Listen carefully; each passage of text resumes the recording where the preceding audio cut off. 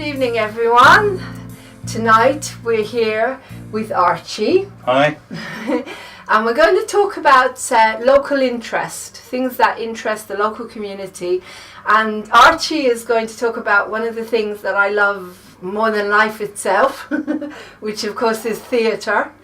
And I'm really interested to know why you're here on the show today, Archie, and what would you like to talk about? What I would like to do is to promote local theatre, because I've been in amateur theatre now for something like 40 years, and over the last, well, shall we say 10 years or so, audience has fallen away quite dramatically from local theatre, probably because certainly teenagers and youngsters have now got Xboxes and iPads and all sorts, and they sit at home and play on those instead of coming out to the theatre, which is a great shame, because not only will they enjoy themselves if they come along to one of our theatre groups, but they will also learn.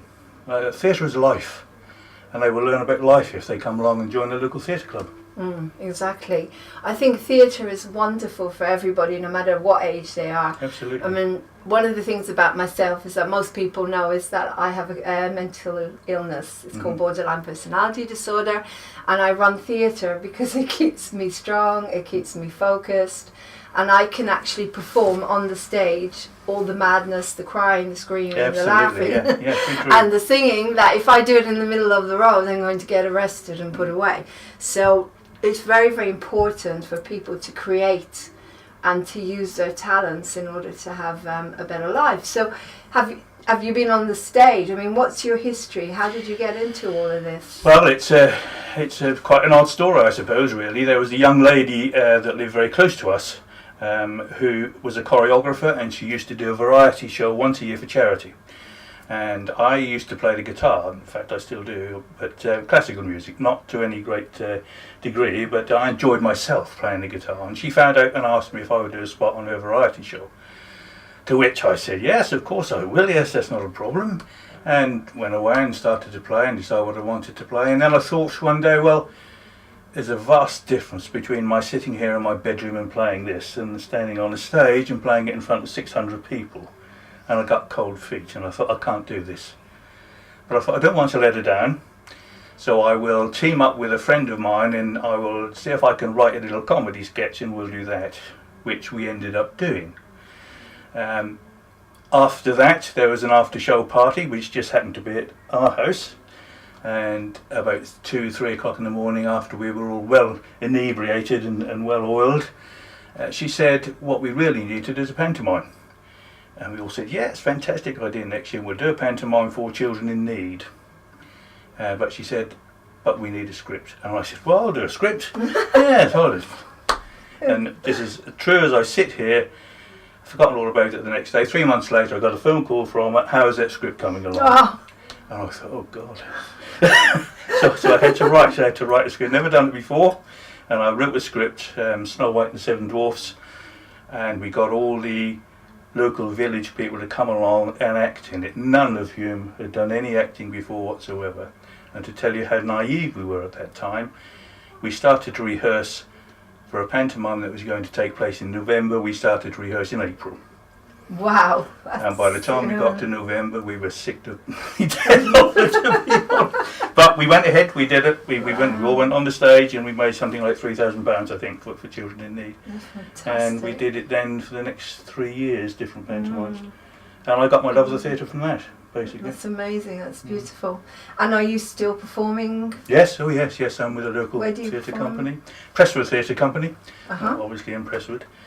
I've been with them for about 12 years now. We do a couple of plays per year and a pantomime every Christmas. Our pantomime is sold out virtually before we started to rehearse it.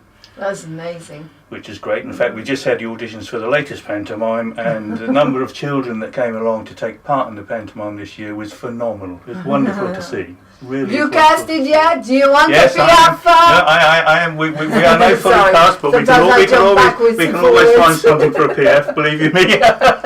Jumping backwards and forwards into character.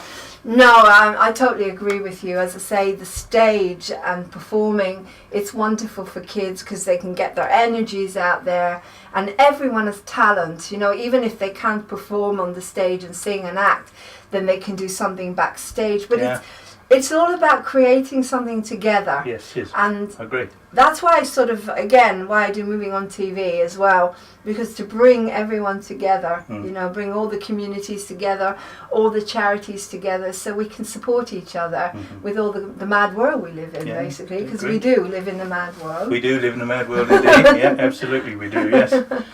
So what else do you feel that we can help you with then here on the station? Well, this is very personal, of course, but I do have my own small company, and we run murder mysteries mostly for charity these days. You said, I write murder mysteries. They're murder mystery scenarios. They're not staged murder mysteries. They are murder mysteries that take place at dinner parties. In other words, we turn up. The customer will provide a meal in the venue, and we turn up and we give them 3 hours of fun and entertainment. Wow. And I found basically, as I've written these things and we've performed them, that there are two types of people that tend to come to a murder mystery. One is the type of person that really, really wants to solve it, and then you've got the other sort of person who doesn't give a damn but just wants to come along for the fun of the thing. So I try to write them so that I can satisfy both people. Hence, my detective is called Sherbet Holmes, so that to give you an idea of the sort of fun aspect, if you like. But I would like to promote that. I haven't promoted it at all. I mean, all I've had so far is word of mouth, deliberately, I suppose, on my part. But I'm retired now, and I would like to promote it and take it up and get more people to join in. To be perfectly honest, yeah. So you need actors as well as you're looking for. Oh well, that's brilliant. We're always looking for actors and customers, really. Actors and customers. Well, one of the reasons as well that I thought we kind of had a little bit of a chat about is that the Moving On Theatre, which is the theatre company that I run as well, we're looking to do something in High Wycombe that involves creating a joint audience and a joint ticket sale. So something where you've got the fringes, you can only do an hour of a show, because we've been to Edinburgh and Henley and all over the place this year with Love Conquers All, Piaf, the show that we've done, and so basically you can only do an hour. So what we were thinking of doing is getting a few companies together and having an evening where we all do an hour. So fantastic entertainment, and they pay £20 or something like that, and they get 3 shows for that, and then we basically split it between us, split the cost of the venue and everything. But we all work together because from the point of view of Moving On Theatre, we're very new and we can't get the audiences yet. So it's kind of like, but we have a lot of experience, we have people that we know can help. So it's pooling your resources together and working together with all, other theatre companies. It's something we can talk about later on. Yes, absolutely. What I meant was you get, like performers like myself, I went off and I started my own theatre company and my own TV station because I couldn't get on the media. So you've got a lot of people that have the talent, but they have nowhere to turn to. So in a way, we're providing them, telling them, we want you, because creativity helps people in so many different ways. Yeah, indeed it does. I agree entirely with that. Yeah. Everything we've done today is also the young woman we had here before we talked about life coaching, is we said we want people to come on here so we can offer them things that they're too frightened, either don't know about or too frightened to try or can't afford. Moving On TV is here for everyone. So that's really what I wanted to say, and we do it together. We're all there for each other. And I think you will find that there are a number of companies in this area that would be delighted to cooperate in something like that. I think certainly ours would. It's amazing how the world is changing, because a few years ago that wouldn't have happened.